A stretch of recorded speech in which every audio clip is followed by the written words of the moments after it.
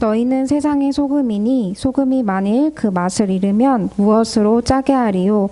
후에는 아무 쓸데없어 다만 밖에 버려져 사람에게 밟힐 뿐이니라.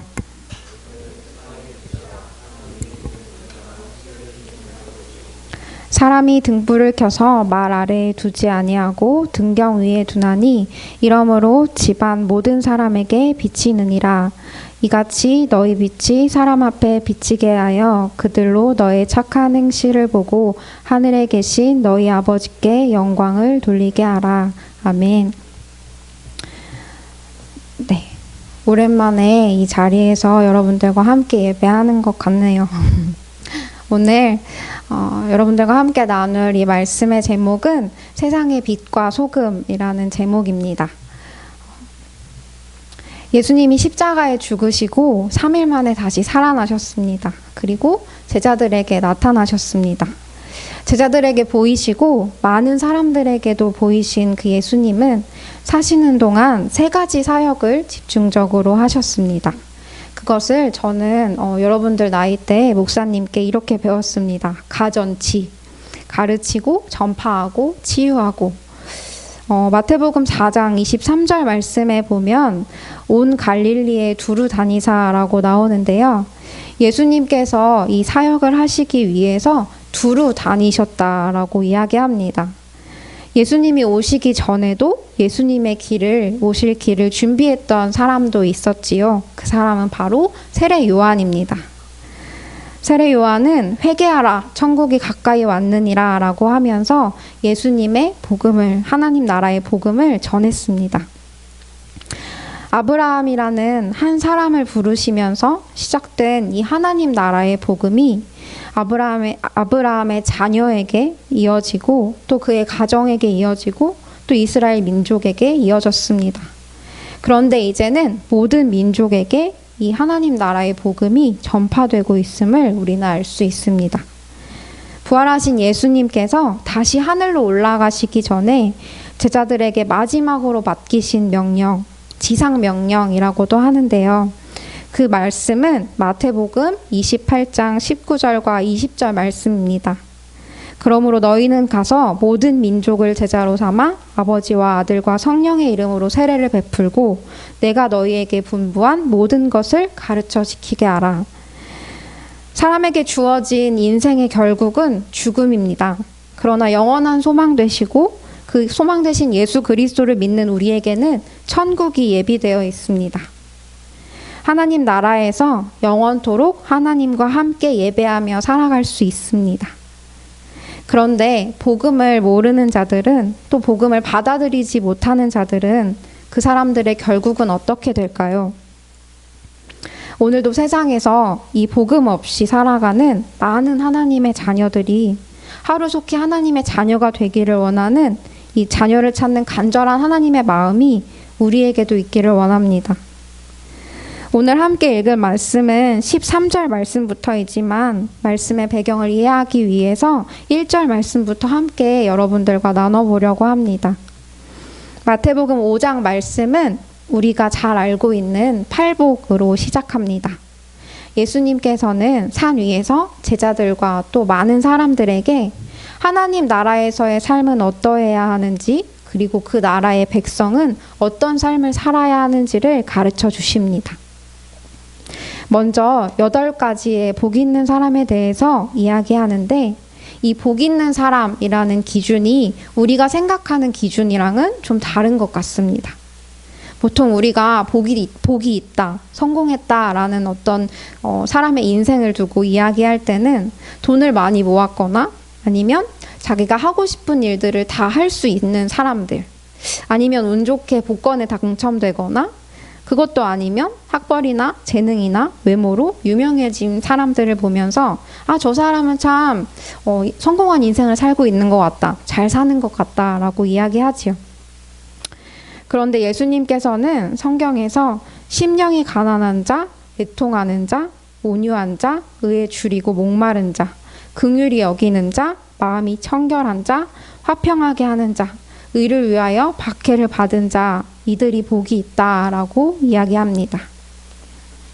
하나님 나라에서는 우리가 생각하는 성공한 사람, 성공한 인생, 복받은 사람, 복 있는 사람이라는 이 기준이 다른 것을 볼 수 있는 것 같습니다.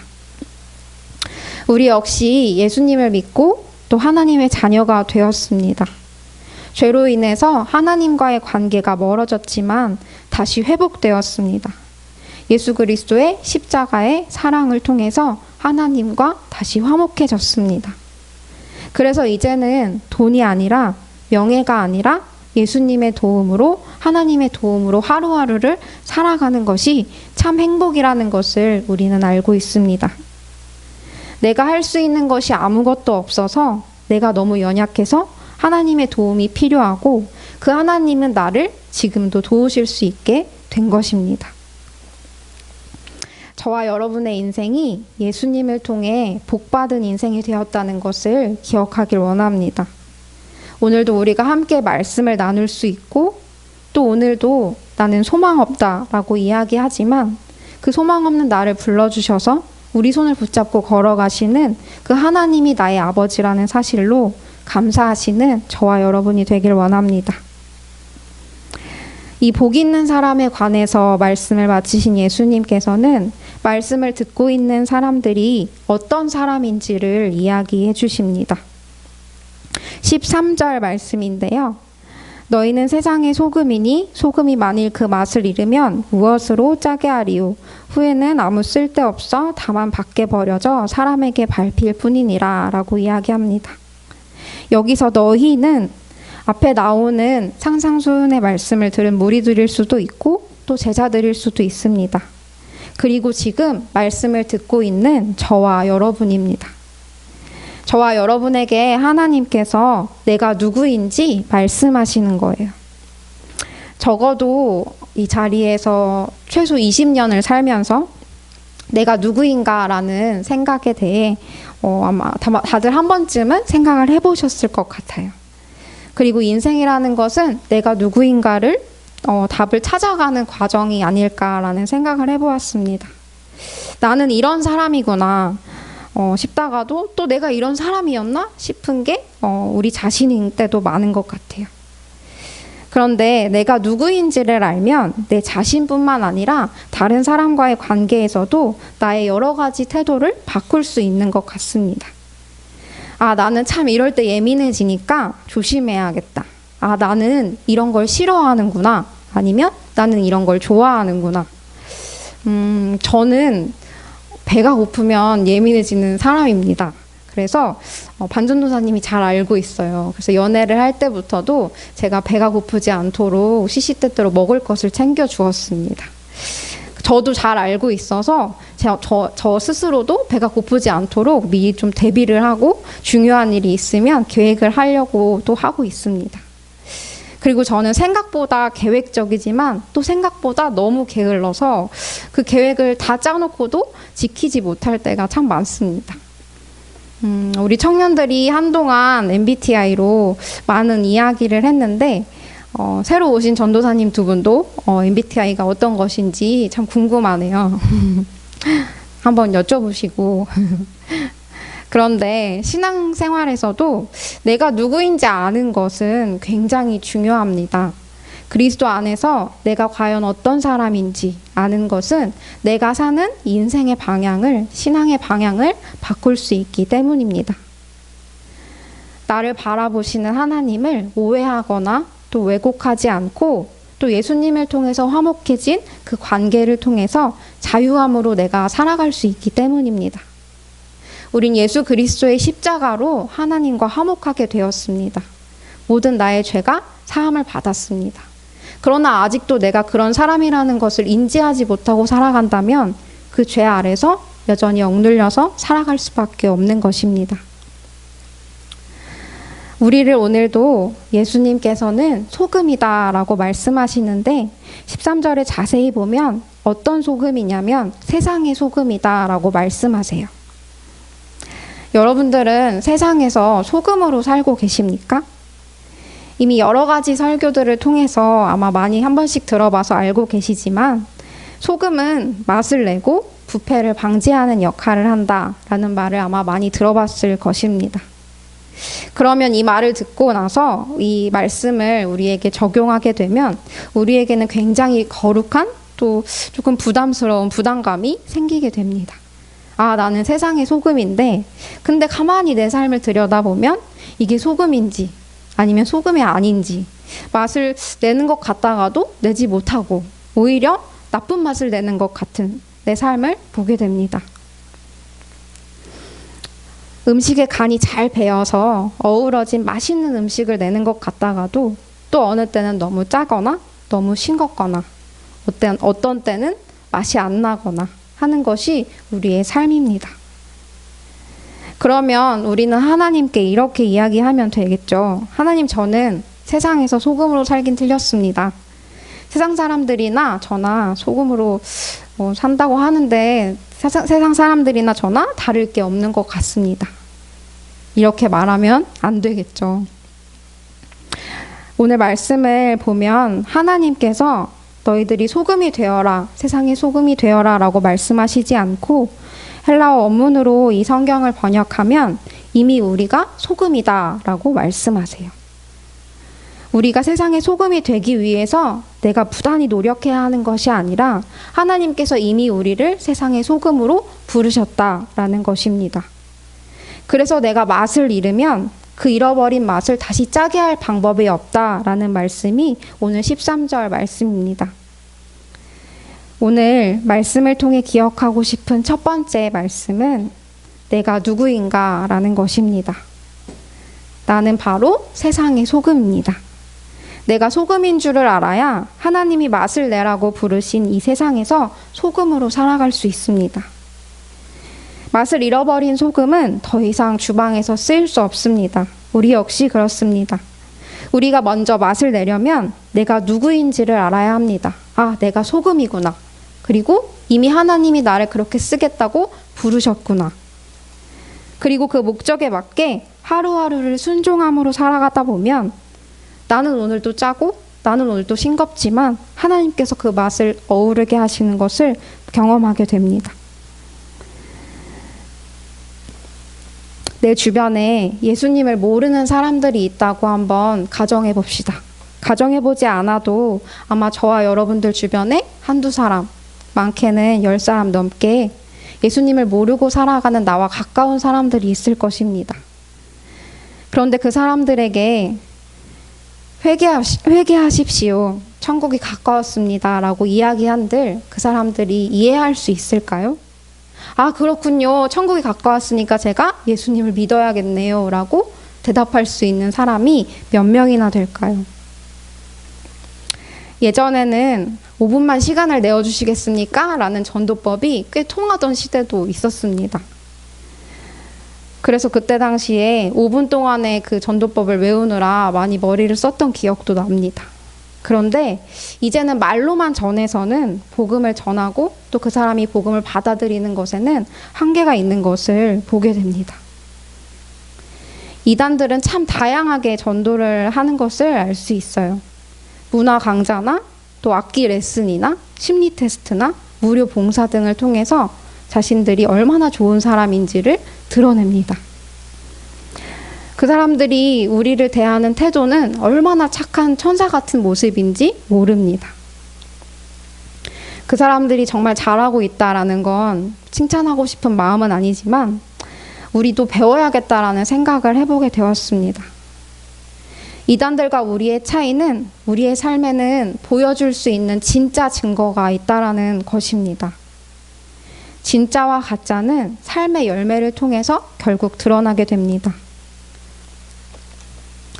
청년들에게 어떤 말씀을 전하면 좋을지 한 2주 안 되는 시간 동안 많이 고민하고 기도하다가 오늘 마태복음 말씀을 선택하게 된 이유는 우리가 결국 가장 중요하고 놓치지 말아야 할 것이 있다면 그것은 복음이겠구나 라는 생각 때문이었습니다. 여러분들 스스로 개인의 기도 생활을 가지고 계시지요? 많은 간증거리들을 만드시는 여러분의 기도 생활이 되었으면 좋겠습니다. 요즘 청년들이 무엇을 좋아하는지 또 요즘 세대가 무엇을 싫어하는지도 아시고 그 흐름을 따라 살아가는 여러분들이 되길 원합니다. 세상과 하나가 되어서는 안 되겠지만 자연스럽게 세상에 녹아들어서 내가 증인되는 삶을 살기를 원합니다. 하나님이 원하시는 복음이 땅끝까지 전해지는 삶, 그 삶을 사는 여러분들이 되길 원합니다. 함께 기억하고 싶은 것은 이 증인되는 삶에 성령님께서 하나님께서 나와 함께 하신다라고 약속하셨다는 것입니다. 저와 여러분이 구원받은 일에 정말 10원 한 푼 낸 것이 없지만 하나님께서는 마태복음 28장 20절 말씀처럼 증인되는 삶을 살라고 말씀하신 그 하나님께서, 예수님께서 우리를 혼자 두지 않으시겠다고 말씀하셨습니다. 세상 끝날까지 우리와 함께 하겠다고 약속하셨습니다. 우리가 소금입니다. 이 땅에서 사는 날 동안 평범한 삶을 살아가지만 그 평범한 일상 속에 성령님과 함께 성실하게 하루하루를 살아가는 우리 청년들이 되었으면 좋겠습니다. 우리의 행실은 하나님께서도 보시지만 내 옆에 있는 사람들이 다 볼 수 있습니다. 그리고 우리의 삶은 생각보다 많은 영향력을 끼치면서 살아가고 있는 중입니다. 옛날 어른들 말씀 중에 교회 간다고 쌀이 나오냐라는 말씀을 하셨었는데, 남들이 다 쉬는 날에 주말에 쉬지 않고 또 교회에 오면 아무것도 안 하는 것들이 아니죠. 와서 예배드리고 봉사하고 섬기는 여러 분야들을 다 감당하고 있습니다. 어른들은 교회 가서 뭐 하냐고, 거기 가서 네 인생에 도움이 되는 것이 무엇이냐고 이야기하지만, 그러나 하나님은 우리의 삶을 다 보고 계십니다. 그리고 세상이 우리를 주목하고 있습니다. 제가 몇 번 이야기했었던 이야기지만, 학부에서 제가 성서대학을 다니면서 4년 동안 반전도사님이랑 함께 도와드린 어르신 한 분이 계셨어요. 나이가 70세가 넘으셔서 눈도 잘 안 보이시고 귀도 잘 안 들리셔서 저희들이 옆에서 많이 도와드렸는데, 저는 이제 졸업하고 더 이상 도와드릴 일이 없었지만 반전도사님은 이제 그 어르신이 대학원까지 진학을 하시게 되면서 지금까지 같이 도와드리고 있습니다. 연세가 있으셔서 더 그러신 건진 몰라도 또 학업에 대한 여러 가지 욕심들도 있으시고 또 아무래도 고집도 조금 있으셔서 가끔 저희랑 부딪힐 때도 사실 있었어요. 근데 그럴 때마다 참 좋은 마음으로 우리는 하는데 왜 이렇게 우리를 대하시지? 라는 좀 서운한 마음과 좀 화나는 마음들도 사실은 있었어요. 그래서 그 일 때문에 스트레스 받아 하는 우리 반전도사님을 보면서 그냥 제가 이렇게 말했습니다. 그냥 다 하지 말자. 그냥 어르신이 선택한 일이니까 어르신이 혼자서 공부하시게 두자. 우리는 신경 쓰지 말자라고 이야기했습니다. 그런데 반전도사님은 그렇지 않더라고요. 지금까지도 묵묵히 그 일을 해내고 있는 것을 보면서 참 대단하다라고 생각했습니다. 근데 시간이 지나고 나서 우연한 기회로 그 어르신의 가족들을 만나는 기회가 있었습니다. 근데 그 가족분께서 반전도사님에게 그동안의 학업들을 도와준 것을 자신이 잘 알고 있고 너무나 고마워하고 있다. 그래서 꼭 한번 보고 싶었다라고 이야기하시는 것을 보고 그동안의 그 시간들을 우리가 물론 사람에게 보이기 위해서 한 것은 아니지만 다 보고 있고 누군가 다 듣고 있고 그래서 그 가족들에게도 전해졌구나라는 생각이 들었습니다. 우리의 작은 행동 하나하나들이, 사소한 행동 하나하나들이, 우리의 말들이 세상에는 생각보다 큰 영향을 끼치고 있습니다. 각자의 자리에서 오늘도 말씀을 붙잡고 살아가는 저와 여러분의 삶을 통해서 하나님만 영광 받으시고 또 예수 그리스도가 우리를 통해 세상에 드러나기를 기도합니다. 오늘 본문 말씀 14절 말씀입니다. 너희는 세상의 빛이라 산 위에 있는 동네가 숨겨지지 못할 것이요. 오늘 말씀을 통해 우리가 누구인가라고 말씀하시는 두 번째는 바로 세상의 빛이라는 것입니다. 빛은 어두움을 밝힙니다. 그래서 산 위에 있는 동네가 빛을 만나면 밝게 비추어집니다. 요한복음 말씀에 보면 예수님께서도 이 세상에 빛으로 오셨다고 말씀하십니다. 우리 역시 전에는 어둠이었으나 주님 안에서 빛의 자녀가 되었습니다. 그러므로 우리가 이제는 다시 그 어둠으로 나아가서 세상에서 빛을 전하는 자들이 되어야 하는 것입니다. 15절 말씀입니다. 사람이 등불을 켜서 말 아래에 두지 아니하고 등경 위에 두나니 이러므로 집안 모든 사람에게 비치느니라. 여기서 말은 우리가 생각하는 말이 아니라 고대에 곡식을 담아두고 측량할 수 있는 이런 통을 의미합니다. 그리고 여기서 등경은 등불을 놓는 받침대라고 생각하시면 됩니다. 등불을 켜서 이런 곡식통 아래에 두면 어떻게 될까요? 등불이 가리워져서 보여지지 않을 것입니다. 등불을 켰으면 그 등경 위에 놓고 받침대 위에 놓고 집안이 비치도록 해야 할 것입니다. 저와 여러분 각 사람은 세상에서 빛으로 부르심을 받았습니다. 크리스마스가 다가오면서 거리를 지나가다 보면 화려한 조명들과 함께 성탄 트리를 장식해 놓은 것을 보게 됩니다. 이 빛나는 조명 때문에라도 길을 가다가도 한 번 더 쳐다보게 되는 것처럼 우리가 세상에서 밝게 비추어서 사람들의 시선을 끄는 우리가 되길 원합니다. 저 사람은 대체 어떻길래 저렇게 힘든 상황에서도 감사할 수 있을까? 저 사람은 무엇 때문에 매일매일 행복하고 기쁠 수 있을까? 이런 소리를 저와 여러분들이 들었으면 좋겠습니다. 16절 말씀입니다. 이같이 너희 빛이 사람 앞에 비치게 하여 그들로 너의 착한 행실을 보고 하늘에 계신 너희 아버지께 영광을 돌리게 하라. 하나님께서는 우리의 착한 행실을 요구하십니다. 우리의 정체성이 세상의 소금이고 또 세상의 빛이라는 것을 알았다면 이제는 세상의 소금과 빛처럼 살아가야 합니다.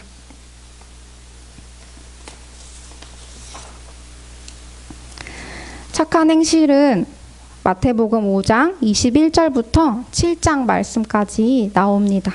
여러분들이 시간이 되실 때 어떻게 사는 것이 착한 행실인지를 한 번씩 읽고 묵상했으면 좋겠습니다.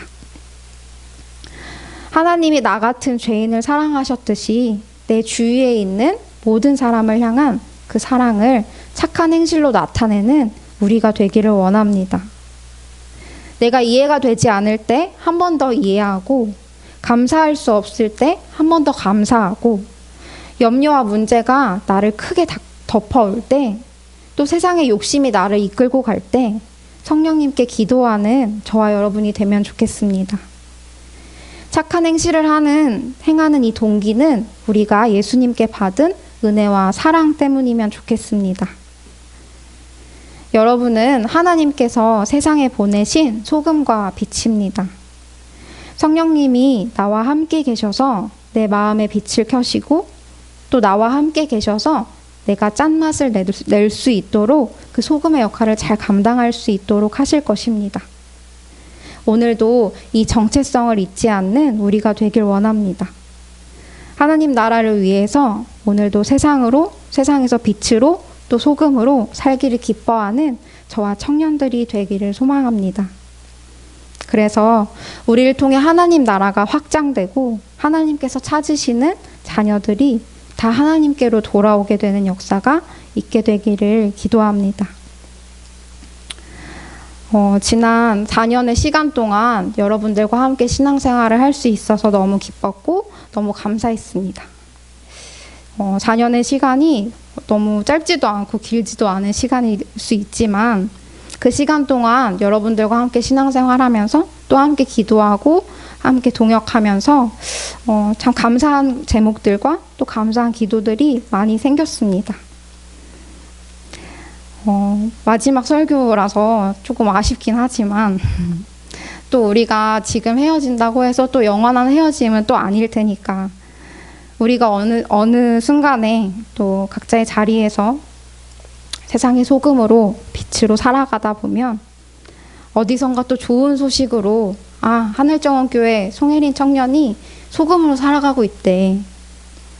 아, 배유나 청년이 빛으로 살아가고 있대. 라는 이야기들이 저에게도 들려지기를 함께 기도하겠습니다.